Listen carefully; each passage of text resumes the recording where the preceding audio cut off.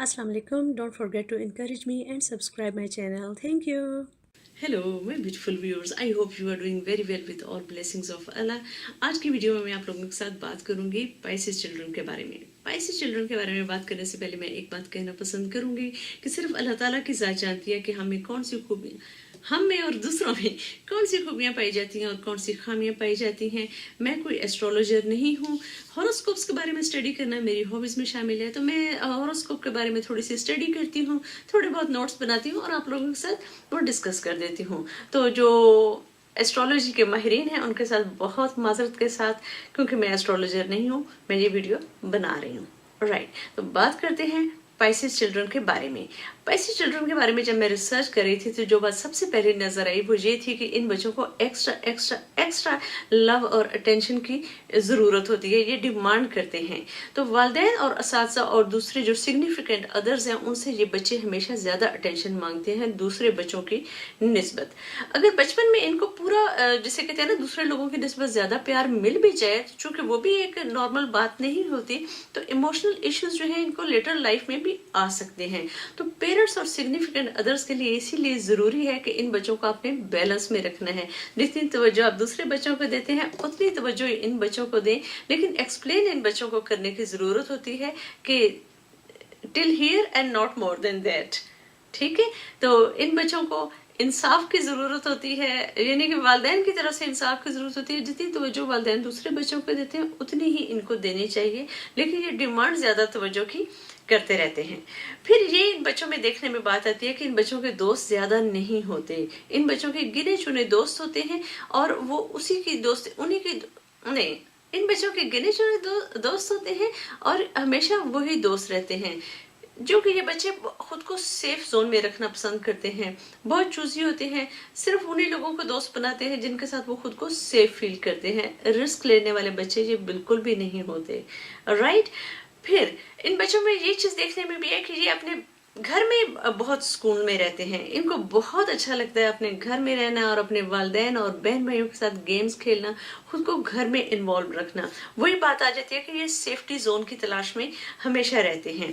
तो इनको बहुत अच्छा लगता है अपने घर में रहना, क्योंकि वो उनके लिए एक महफूज जगह होती है।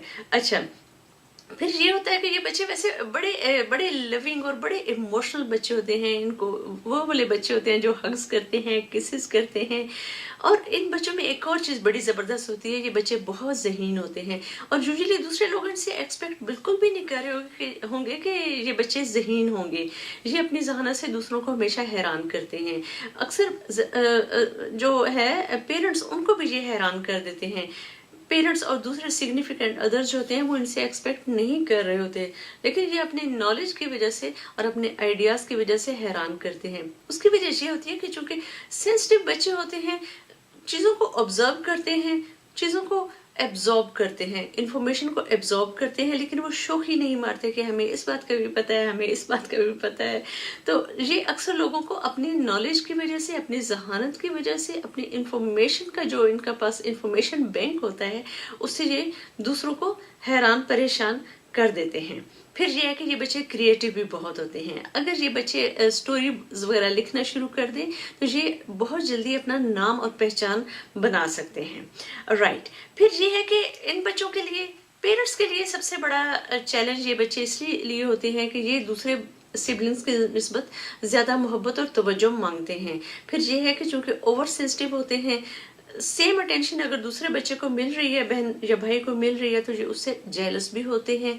इनके बहन भाइयों के साथ बचपन से ही काफी झगड़े वगैरह रहते हैं, जो इनका वालिदैन के लिए और सिग्निफिकेंट अदर्स के लिए ये बहुत बड़ा चैलेंज होता है कि ये हर वक्त रूठने मनाने ये वाला साइकिल जो है वो चलता रहता है। तो इस तरह से ये वालिदैन के लिए बहुत बड़ा चैलेंज होते हैं। वालिदैन को चाहिए कि इन बच्चों को रैशनल होना सिखाएं।